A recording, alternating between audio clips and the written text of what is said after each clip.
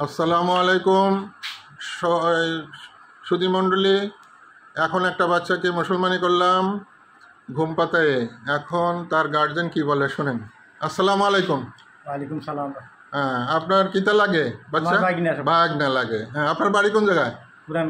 পুরানগাঁও ফেন্সিগঞ্জ। আচ্ছা, আপনি তো সারাক্ষণ ছিলেন তাই না? হ্যাঁ, তা আপনি বলেন যে কেমন হয়েছে? আমার ডাক্তারের যে অবস্থা দেখলাম আর তার যে ট্রিটমেন্ট দেখলাম, আমার মনস্ফূত হয়েছে এবং ভালোই লাগছে। আমার মনে হয়েছে সার্থক না? হ্যাঁ, কোনো কান্নাকাটি করে নাই কিন্তু? না, কিছুই নাই। অথচ দেখেন প্যান্ট খুলতে পারলেন না, আপনারা এক গ্রামের লোক আইছেন পুরা।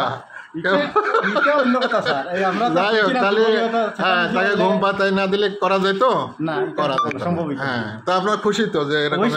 হ্যাঁ, তো সুতরাং আপনারা দেখলেন সুধীমণ্ডলী, আপনারা শুনলেন গার্জেনের মুখে যে কিভাবে করলাম, তারাও দেখছেন।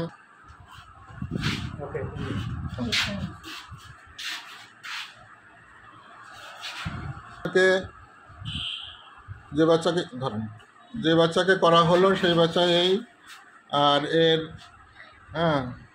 একটু পরে ঘুম ভেঙে যাবে ইনশাআল্লাহ। যদি কেউ করাইতে চান ইনশাআল্লাহ আমার সাথে যোগাযোগ করবেন।